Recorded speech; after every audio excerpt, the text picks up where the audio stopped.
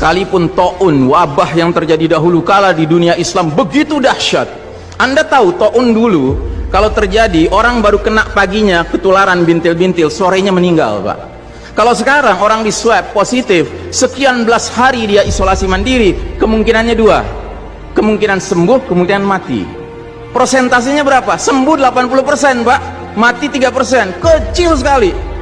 Bukan berarti kita menganggap ringan nyawa orang, tidak. Cuman saya ingin menggambarkan betapa taun dahulu lebih dahsyat daripada yang so-called pandemi, yang lebih cocok disebut plandemi ini. Direncanakan ini, Pak. Yang karenanya kalau kita lihat sejarah, sekalipun dahsyat taunnya dahulu kala, nggak ada cerita, Pak, sholat berjamaah berubah tata cara pelaksanaannya, nggak ada. Kenapa kita harus berubah? Dan saudaraku rahimakumullah, kami cuma mengingatkan beberapa pesan dari Nabi SAW tentang sholat ini. Yang pertama, Nabi mengatakan, sallu kama ra'aitumuni usalli. Sholatlah kalian sebagaimana kalian melihat aku sholat. Ini sudah kata mati, Pak. Ini kunci, Pak. Kunci ini. Makanya para ulama fikih memutuskan nggak boleh dikerjakan sembarangan, nggak boleh. Apalagi setelah dia ada aturannya, terus kita berkreativitas menyangka itu lebih baik untuk keselamatan dunia kita, sementara kita tidak peduli dengan keselamatan akhirat kita. Nabi Muhammad SAW menyatakan, hari berbangkit nanti aku akan menunggu umatku di depan telagaku. Aku akan bisa membedakan siapa umatku, siapa yang bukan. Umatku adalah mereka yang wajahnya, tangannya, kakinya bercahaya bekas wudhu. Tapi ketahuilah, ada sejumlah orang wajahnya bercahaya, tangannya bercahaya, kakinya bercahaya. Aku panggil mereka, tapi dihalau sama malaikat, tidak boleh mendekat. Aku panggil lagi, tapi dihalau sama malaikat. Akhirnya malaikat menjelaskan, ya Muhammad, mereka telah merubah ajaranmu setelah engkau wafat. Kata Nabi selanjutnya, menjauhlah, menjauhlah. Nabi nggak mau dekat dengan orang yang berani-beraninya merubah tata cara ajarannya. Dan ajarannya yang paling pokok apa? Tauhid. Setelah tauhid apa? Salat. Dan ingat, salat adalah amal yang paling pertama yang akan diperiksa oleh Allah Ta'ala bagi setiap hambanya. Dan saudara rahimakumullah, saya ingin menyampaikan dua hadis lagi. Satu hadis dari Nabi, la tadaru furujatin lisyaitan. Jangan kalian biarkan celah-celah itu untuk syaitan. Ini Nabi Muhammad SAW yang berbicara, bukan Iksan Tanjung. Kalau Iksan Tanjung yang berbicara, Anda boleh tolak, Pak. Ini Nabi Muhammad SAW yang berbicara, yang kita baca salawatnya dengan harapan mendapatkan syafaatnya, dengan harapan boleh meminum air dari telaganya. Jadi kata Nabi apa? Jangan biarkan celah-celah itu menjadi tempatnya syaitan. Hari ini tidak sedikit masjid bahkan memuliakan syaitan, memberi tanda di mana syaitan hendaknya berada. Na'udzubillahi min dzalik. Mau jadi apa kita, Pak? Mau jadi umat seperti apa kita? Ini adalah simpul terakhir, saudaraku. Kalau sampai simpul terakhir ini kita relakan lepas, sudah tidak ada sisanya ajaran ini di muka bumi. Karenanya saudaraku rahimakumullah, bagi saya urusan sholat berjamaah dan tata caranya ini bukan urusan pilihan fikih, Pak. Ini urusannya adalah urusan dengan musuh Allah Ta'ala.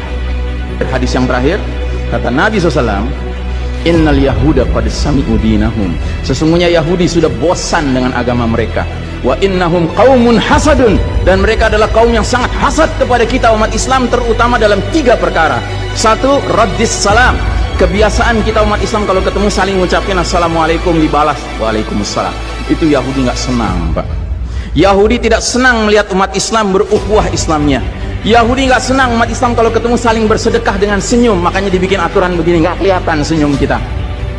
Yahudi nggak senang kita ketemu jabat tangan, rontok dosa-dosa. Maunya mereka begini saja jabatan tangannya. Dari mana ini semua?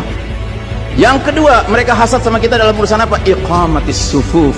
Dalam tata cara kita menegakkan saf kita. Ingat, Pak, saf dikatakan tegak syaratnya 2. 1 lurus, 2 rapat. Bukan hanya lurus tapi renggang-renggang, atau rapat tapi meliuk-liuk. Tidak, harus dua-duanya lengkap. Sehingga Nabi sampai bertanya, kenapa kalian gak bersaf seperti malaikat di hadapan Allah? Para sahabat bingung, bertanya, bagaimana malaikat? Kata Nabi, mereka mendahulukan saf awal dan mereka saling rapat satu sama lainnya. Jadi Nabi itu bangga kalau umat Islam sholatnya seperti para malaikat di hadapan Allah Ta'ala. Harusnya itu menjadi kebanggaan kita juga. Dan harusnya kita tersinggung kalau ada pihak yang berusaha untuk mengacak-acaknya. Dan yang terakhir, yang ketiga, Yahudi itu hasad sama kita dalam urusan apa? Dalam urusan umat Islam, di belakang imam salat wajibnya mengucapkan amin. Makin keras suara amin itu, makin geram mereka. Karenanya mereka bikin aturan, sempat 2 bulan masjid ditutup-tutup sama sekali, nggak terdengar suara amin dari jamaah karena nggak ada yang boleh ke masjid. Tapi sekarang setelah dibolehkan, masjid yang bisa muat 2000 orang cukup 500 orang, cukup 700 orang. Supaya apa? Sekurang-kurangnya aminnya bisa berkurang.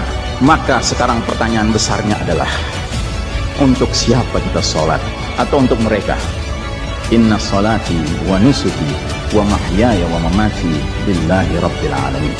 Mudah-mudahan apa yang saya sampaikan tidak membuat bapak dan ibu makan nggak kenyang, tidur nggak nyenyak, tetapi semakin sadar betapa kita sedang hidup di era penuh fitnah di akhir zaman, dan musuh-musuh Allah sedemikian sistematis, sedemikian terencananya membuat kita sadar tidak sadar meninggalkan din kita. Yang paling mengerikan kalau sampai sudah nggak ada perasaan lagi risau dengan ini semua. Karena apa?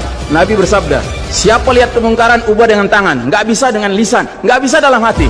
Dalam hati itu maknanya apa? Ingkari itu sebagai kebenaran, itu mungkar. Dan itu kata Nabi selemah-lemahnya iman. Sehingga di hadis yang lain kata Nabi, kalau mengingkari saja sudah nggak ada, udah nggak ada iman sama sekali. Nah, yang kita khawatir kalau kita ternyata ridho saja dengan aturan sholat WHO ini, Pak. Padahal harusnya kita sholat dengan cara Nabi Muhammad SAW, bukan caranya Tedros atau Bill Gates. Kepada jamaah, inilah nasihat dari hati yang paling dalam kepada saudara-saudara yang saya cintai karena Allah, yang kita sama-sama bersalawat, kita sama-sama mengharapkan air dari telaga Nabi. Tapi boleh jadi nggak semua kita ngerti apa yang harus kita lakukan agar air telaga itu dapat jaminan kita boleh meminumnya.